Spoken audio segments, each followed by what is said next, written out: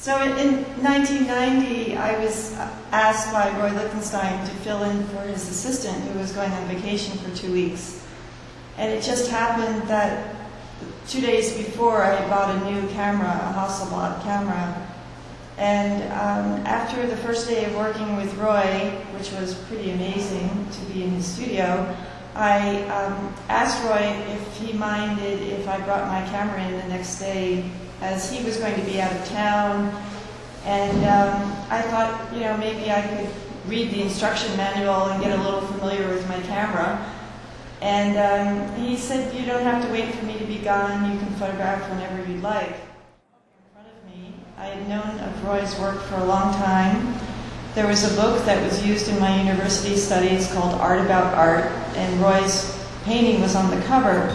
So for a long time I knew that his work was art about art, so I started to make my art about his art.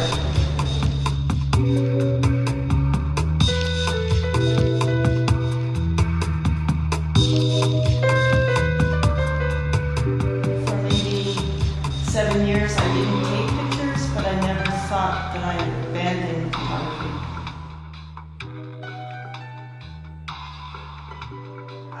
I remember that I was filled with awe because I couldn't believe that I was in his studio. I was totally surrounded by paintings that he was in the process of working on, and the scale of the room was so large and there was so much activity.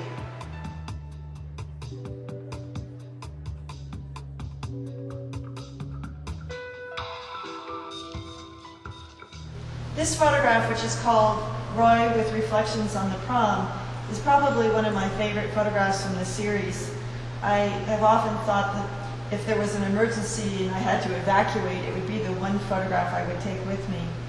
In it, there's so much feeling of how the studio was. Roy sitting relaxed in a chair, contemplating decisions on the painting, and in the foreground are a pile of papers that were used to collage his paintings. So in this photograph, which Roy is beginning a new painting based on one of his former paintings, in the lower part is his sketchbook, in which he is starting to make a preliminary drawing based on parts of a painting that he did 20 years earlier.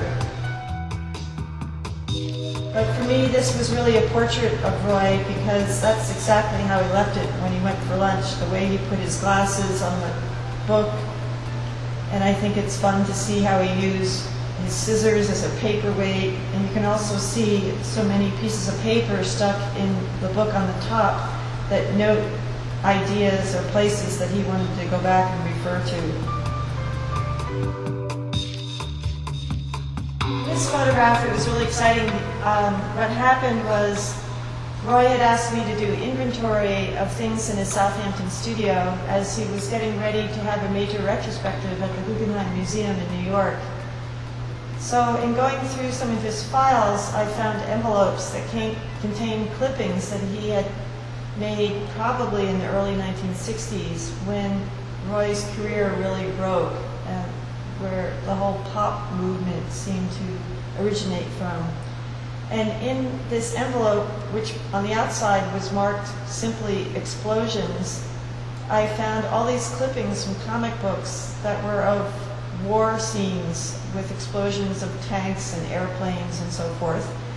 And they often had words that symbolized the sound of an explosion. And then I found this list of all possible words that would illustrate sounds, such as bling and bam and wham. And for me, knowing that so many of his paintings use these words, it was really exciting to find them 30 years later.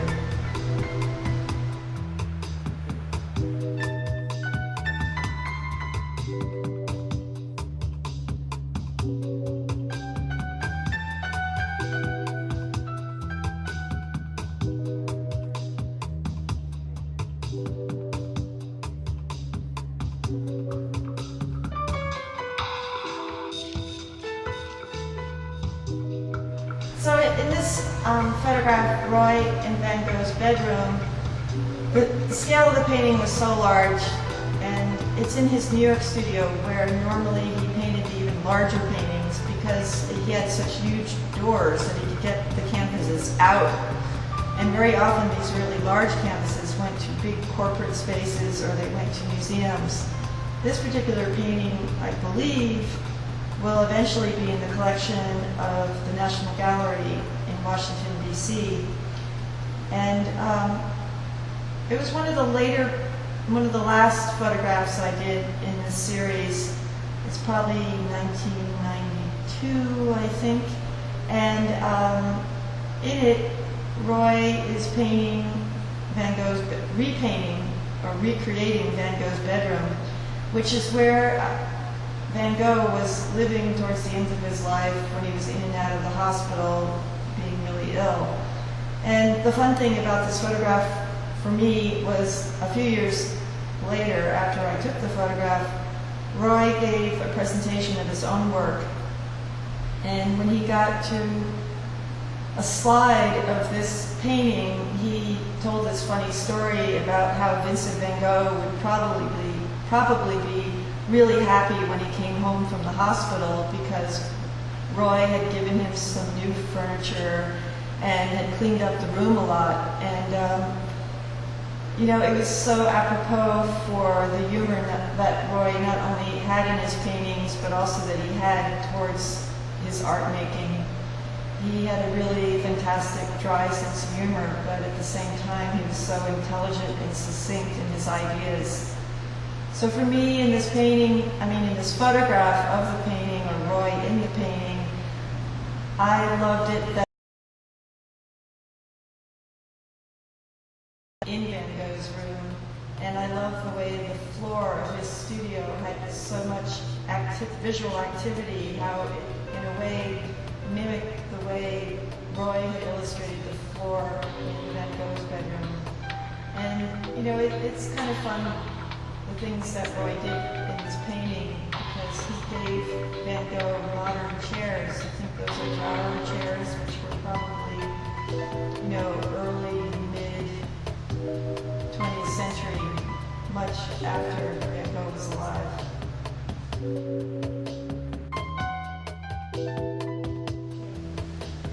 Although I made these photographs in the early 1990s, I didn't publish a book until maybe 2 years ago. And the reason that happened is multifaceted. One is that I initially had a contract with a book publisher that because of a recession that came to the economy, the book never came to be in the early 1990s. The contract was canceled. And then a few years later, Roy died in 1997. And at that time, it emotionally did not feel right to try to market the photographs and to pursue a book contract and publish it. And then more years went by and the digital technology wave came, and it became available that I could scan the negatives and work digitally with my computer and work on very fine cotton paper. When I exhibit this work at home in galleries, it's printed on cotton rag paper, which for me, I'm able to incorporate much more latitude that the digital technology provides, that I can control the color and the contrast and make the photographs feel the way they actually did when I was in Roy's studio, as opposed to working purely with photographic print paper back in the darkroom, which had so many limitations. I think of one category for my work. I feel that photography is a broad medium which really encompasses so much about the world, and I don't like the idea of limiting how I see the world. So I guess basically what I wanted to say is that it's really, I'm a photographer of what interests me and the world at large. Every day it's a new world, and I just want to step into it and experience it through my work.